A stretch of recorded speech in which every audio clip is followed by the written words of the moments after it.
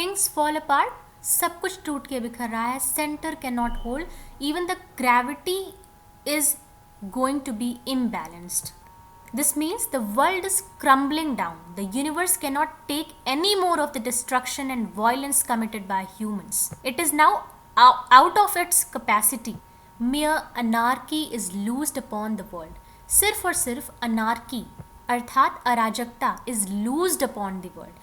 पूरे के पूरे समाज में, पूरे संसार में लूज्ड अपॉन यानी फैल गई है. Only anarchy, disorder and exploitation of people is spread all over. There is no place for mercy और kindness at all. The peace is destroyed. The blood dimmed tide is loosed. Blood dimmed मतलब खून में फैली हुई Tide, एक बवंडर. लूज्ड मतलब फैल गई है, स्प्रेड हो गई है. एंड एवरीवेयर और सभी जगह पर ceremony of innocence is drowned. जो इनोसेंस या निष्कपटता का सेरेमनी यानी बिहेवियर या कॉन्डक्ट या व्यवहार, जो निष्कपटता का व्यवहार था इज ड्राउंड, वो डूब गया है अर्थात मर चुका है. और यहाँ पर देखिए ब्लड डिम्ड एक लिक्विड की हमें इमेजरी दिख रही, टाइड एक लिक्विड की इमेजरी है और ड्राउंड भी एक वाटर की इमेजरी है. So imagery of running water is giving us a feeling of powerful and destructive flood, कि कोई बहुत ही बड़ा फ्लड आने वाला है. यहाँ वाटर की इमेजरी एक फ्लड को डिनोट कर रही है और ये फ्लड किसका फ्लड है? विनाश का फ्लड है. और ये एक तरह की एपोकलिप्टिक स्टाइल ऑफ राइटिंग है जिसमें होने वाले संभावित डिस्ट्रक्शन को रिवील किया जाता है. Apocalyptic vision is actually the vision of destruction. तो एक ऐसी टाइड आने वाली है जो सब कुछ नष्ट कर देगी. The best lack all conviction. और सबसे बुरी बात यह है कि जो बेस्ट पीपल हैं, जो सबसे अच्छे लोग हैं समाज के, लैक वो कमी महसूस करते हैं, ऑल कन्विक्शन वो विश्वास में कमी महसूस कर रहे हैं.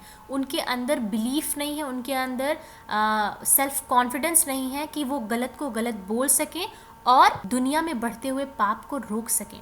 वाइल द वर्स्ट और जो सबसे बुरे लोग हैं are full of passionate intensity, वो बिल्कुल पैशनेट इंटेंसिटी से भरे हुए हैं. उनके अंदर बहुत जुनून है, पैशन है, बहुत कॉन्फिडेंस है और वो बहुत ही कॉन्फिडेंस में क्राइम और एट्रॉसिटी एवरी डे कमिट कर रहे हैं. And this is probably because they are aware that good people will remain silent no matter what.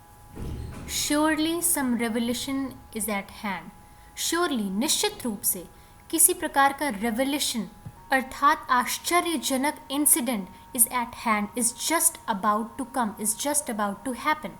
Surely निश्चित रूप से the second coming of a मसीहा, the coming of Christ into this world was the first coming and now the second coming is going to happen, is at hand means is just about to happen.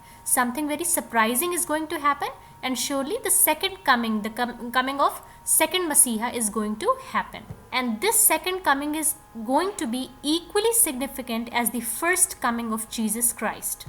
The second coming, अब speaker आश्चर्य से बोलता है second coming आने वाली है. Hardly are those words out, मैंने अभी ये शब्द कहे ही थे. when a vast image, जब मुझे एक बड़ी सी इमेज, बहुत ही बड़ी वृहद इमेज, आउट ऑफ स्पिरिटस मुंडी से मुझे एक बहुत ही बड़ी इमेज ट्रबल्स माई साइड, मुझे दिखती है और मैं परेशान हो जाता हूँ, मेरी आंखों को परेशान कर देती है. अब स्पिरिटस मुंडी क्या है? स्पिरिटस मुंडी एक लैटिन टर्म है जिसका मतलब होता है स्पिरिट ऑफ द वर्ल्ड. तो स्पिरिटस मुंडी से उसे एक इमेज दिखाई पड़ती है. Yeats believed that each human mind is linked to a single vast intelligence. ये कार्ल जंग की एक कलेक्टिव अनकॉन्शियसनेस के आइडिया से प्रेरित थॉट है जिसमें यीट्स दुनिया में सभी लोगों की अलग अलग इंटेलिजेंस या इंडिविजुअलिटी को एक सिंगल बिग एंटाइटी के पार्ट के रूप में देखते हैं और ये सभी अलग अलग इंटेलिजेंस एक दिन उसी सिंगल एंटाइटी में समा जाएंगी. तो स्पिरिटस मुंडी जो है एक तरह से हम समझ सकते हैं कि दुनिया की सभी स्पिरिट्स के लिए एक सिंगल बिग एंटाइटी है और सभी दुनिया की जितनी भी स्पिरिट्स हैं उसी में से निकली हैं और एक दिन उसी में समा जाएंगी.